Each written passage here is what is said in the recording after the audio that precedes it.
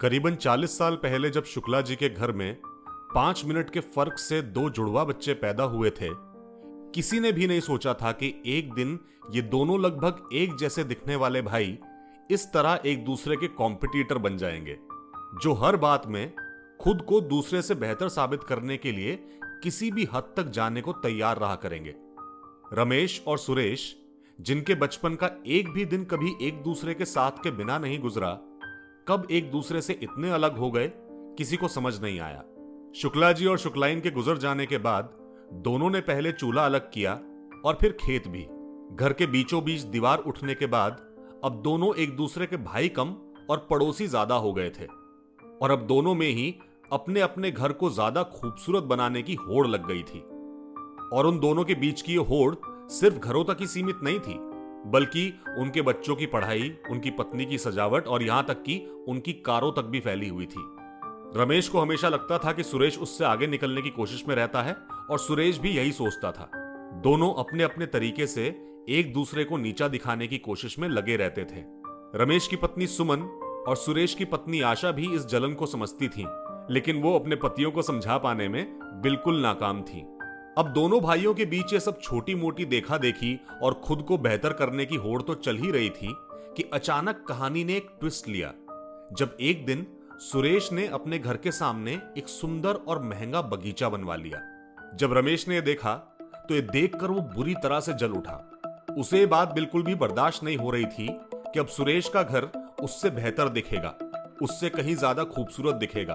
तो उसने तय किया कि वो भी अपने घर के सामने एक शानदार फाउंटेन लगवाएगा और सुरेश को पूरी तरह से मात दे देगा। तो बस अगले ही दिन रमेश ने शहर के सबसे महंगे आर्किटेक्ट को बुलवाया और उससे फाउंटेन का एक खूबसूरत डिजाइन तैयार करवा लिया। काम शुरू हुआ और रमेश अब दिन रात बस इसी बात के बारे में सोचता कि कैसे उसका ये फाउंटेन सुरेश के पूरे घर पर भारी पड़ जाए, और कैसे उसका ये फाउंटेन उसके घर की चमक पूरे मोहल्ले या पूरे शहर में सुरेश के घर के मुकाबले बढ़ा दे। अब जहां एक तरफ इस फाउंटेन को बनाने वाला रमेश बेचैन था, तो वहीं दूसरी तरफ सुरेश भी इस बात को जानकर बेचैन था कि रमेश अब अपने घर में कुछ बहुत बड़ा और कुछ बहुत अनोखा बनवाने जा रहा है। और जब उसे पता चला कि रमेश अपने लॉन में एक बहुत बड़ा और बहुत खूबसूरत फाउंटेन लगवा रहा है, तो उसने उस फाउंटेन को खराब करने की ठान ली। उसने रात के समय 2 लोगों को भेजकर उस फाउंटेन की नींव को थोड़ा सा कमजोर करवा दिया, ताकि फाउंटेन बन तो जाए, लेकिन जैसे ही चलना शुरू हो वैसे ही टूटकर बिखर जाए और रमेश सबके सामने बुरी तरह से शर्मिंदा हो जाए। अब धीरे धीरे करके कुछ दिनों में रमेश का वो फाउंटेन बनकर तैयार हो गया। वो उसे देखकर इतना खुश था कि उसकी खुशी का अंदाजा लगा पाना भी मुश्किल था। उसके मन में बस यही बात चल रही थी कि अब वाकई में उसने सुरेश को मात दे दी, और अब इस खूबसूरत फाउंटेन के उद्घाटन के लिए उसने एक बड़ी पार्टी रखने का फैसला किया, ताकि मोहल्ले भर के और शहर के सभी बड़े लोग वहां आएं और अपने सामने उस फाउंटेन को शुरू होता देखें। और बस 3 दिन बाद ही उसकी पार्टी में सभी पड़ोसी इकट्ठा हुए, शहर के सभी बड़े लोग आए, और रमेश ने बहुत गर्व के साथ अपने उस फाउंटेन का उद्घाटन किया। लेकिन जैसे ही फाउंटेन स्टार्ट हुआ,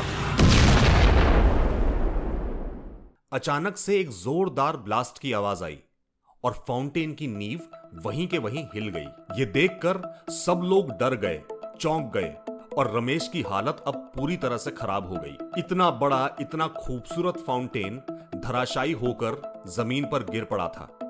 लेकिन तभी कुछ ऐसा हुआ कि सबकी आंखें खुली की खुली रह गई। उसी फाउंटेन के नीचे एक बहुत पुराना पुश्तैनी खजाना छिपा था, जो ब्लास्ट की वजह से जमीन के हिलने से बाहर आ गया। उस खजाने में निकले सोने जवाहरात को देखकर वहां खड़े सभी लोग हैरान रह गए। सुरेश के तो पैरों तले की जमीन ही खिसक गई, और वहीं दूसरी तरफ रमेश उस खजाने को देखकर पूरी तरह से पागल हो गया। खुशी के मारे नाचने लगा, चिल्लाने लगा। और तभी उसकी नजर सुरेश पर पड़ी, जो शायद अपने उस गिल्ट की वजह से और वहां खजाना निकल आने की वजह से बहुत ही उदास खड़ा था। और मानो उस एक ही पल में रमेश के अंदर का इंसान और साथ ही उसके अंदर का भाई फिर एक बार जाग गया, और उसने वो आधा खजाना सुरेश के साथ बांटकर यह साबित कर दिया कि बात जब हक और इंसाफ की हो तो वो दुश्मन के साथ भी होना चाहिए। और फिर सुरेश वो तो उसका भाई था। ऐसा नहीं कि उस दिन के बाद दोनों भाइयों के बीच में सब कुछ पहले जैसा हो गया। अब भी एक दूसरे से बेहतर होने की होड़ उन दोनों में थी, लेकिन अब उस खजाने की वजह से वो कड़वाहट एक मिठास में बदल चुकी थी, जो उनके पुरखे ना जाने कितने ही साल पहले मानो उन दोनों के लिए ही उस घर के आंगन में दबाकर चले गए थे।